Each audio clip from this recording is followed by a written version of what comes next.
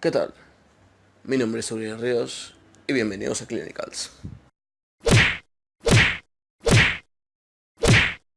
Hoy nos toca hablar de uno de los virus más conocidos para la raza humana. Este es el de la varicela zoster, o mejor conocido únicamente como varicela, causante de la enfermedad del mismo nombre. Pero, ¿qué es la varicela? Veámoslo. La varicela es una enfermedad infecciosa causada por el virus de la varicela zoster, perteneciente a la familia de los herpes virus, que también causa el herpes zóster. Se presenta principalmente en niños entre 1 y 9 años de edad. La infección en adolescentes y adultos suele ser más severa y tiene mayor riesgo de complicaciones como la enfermedad pulmonar intersticial. Tras un periodo largo de latencia de aproximadamente 14 a 21 días, la enfermedad presenta un periodo prodrómico semejante a un cuadro gripal, con fiebre leve o fiebre moderada. Luego aparece un exantema macular autolimitado, a veces con compromiso de mucosas o enantema, que rápidamente evoluciona a pápulas y luego a vesículas y finalmente a costras, que se desprenden tras 1 o 2 semanas. Se acompaña de adenopatías cervicales. Estas lesiones dérmicas pueden producir cicatrices permanentes, deprimidas, hipo o hiperpigmentadas. Existe evidencia de que la varicela ya era reconocida hace más de 2000 años en la antigua Babilonia. A comienzos del siglo XVI, Giovanni Filippo, un médico italiano, describió esta enfermedad y la distinguió de la fiebre reumática. En 1624, Richard Morton, médico inglés, creía que esta enfermedad era una forma leve de la viruela y la denominó varicela. En 1767, el médico inglés William Heffernan distinguió ambas enfermedades como diferentes, estableciendo los criterios diagnosticales para diferenciarlas. Sin embargo, por un tiempo persistió en algún grado de confusión entre ambas enfermedades. En 1875, Johann Steiner demostró que la varicela era una enfermedad infecciosa, al reproducirla inoculando a niños con fluido perteneciente a un paciente con la enfermedad. El virus solo se transmite de persona a persona, ya por contacto directo con las lesiones cutáneas o al expulsarse mediante tos o estornudos. El periodo de incubación hasta que aparece la enfermedad es de 2 a 3 semanas. Es contagiosa desde 2 días antes de la erupción. También puede ser contraída a partir de las lesiones de una persona con herpes zóster. Quienes contraen la enfermedad a partir de otro familiar suelen presentar formas más graves que los primeros casos. Puede ser por un contacto más intenso y continuado con el virus. La varicela es muy contagiosa, de manera que el 80 a 90% de quienes conviven la contraen. La varicela se presenta comúnmente entre niños de 3 y 9 años. Su cuadro clínico es el que todos conocemos, las pequeñas erupciones en la piel fácilmente detectadas. Tiene distintas maneras de tratarse, desde medicinas ya cuando está en la propia enfermedad, hasta distintos antivirales y distintos métodos comunes caseros que la gente opta por utilizar más.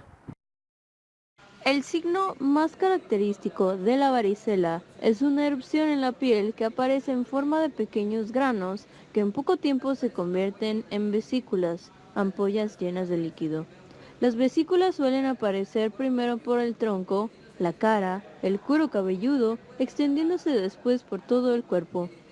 También puede afectar a la boca, a la vulva y al interior de los canales auditivos. 1 o 2 días después, las vesículas se transforman en costras. Durante los primeros días aparecen varias oleadas de vesículas, por lo que pueden verse a la vez lesiones en varias fases evolutivas, lo que se conoce como patrón en cielo estrellado. En general, la varicela se diagnostica por sus signos clínicos típicos, sin ningún análisis. La erupción vesiculosa y pruriginosa en oleadas, en especial si hay antecedente reciente de contacto con un enfermo de varicela, es suficiente para establecer el diagnóstico. Para casos dudosos o con fines de investigación, se pueden emplear pruebas diagnósticas para detectar el virus en el líquido extraído de las vesículas, como el cultivo. Aunque la varicela es una enfermedad benigna, a veces aparecen complicaciones en adolescentes y adultos con las defensas bajas. Las más frecuentes son las infecciones de la piel y del tejido subcutáneo, también denominada impetignización, favorecidas por el rascado de las lesiones. Otra complicación típica es la neumonía, que puede ser causada por el propio virus de la varicela o por bacterias. También son típicas las complicaciones neurológicas, en especial la ataxia cerebelosa. Son excepcionales las complicaciones más graves como la encefalitis o la fascitis necrotizante.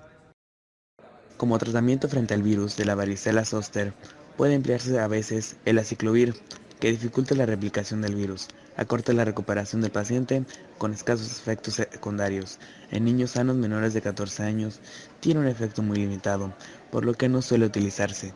En cambio, en los pacientes de más riesgo, adultos, adolescentes e inmunodeprimidos, disminuye la intensidad de la varicela y el riesgo de complicaciones, siempre que se comience a utilizar en las primeras 24 horas desde la aparición de la erupción. El tratamiento con aciclovir tiene por indicación absoluta a la paciente embarazada, a los inmunodeprimidos y otros con riesgo particular de desarrollar complicaciones. Los adolescentes y adultos excluidos de sus grupos pueden obtener un beneficio. La vacuna frente a la varicela zoster consiste en virus vivos atenuados, lo que se desarrolló en Japón hacia los años 1970. La vacuna antivaricela fue introducida en el calendario vacunal de Estados Unidos en 1995 para niños a partir de los 12 meses. Otros países siguieron el ejemplo, como Canadá, Australia o Alemania. En España hacia 2005 se ha optado por vacunar entre los 10 a 14 años a los que no han pasado la varicela. La vacuna también es útil para evitar o reducir la enfermedad en las personas susceptibles expuestas al virus si se administra en los 3 primeros días tras el contacto. La vacuna no es aplicable para quienes la han padecido y pretenden evitar segundas y sucesivas reapariciones. Como pueden ver, la varicela no es un tema del que hay que pasar desapercibido. Pero hemos llegado al final del programa. Soy Luis Ríos. Hasta la próxima.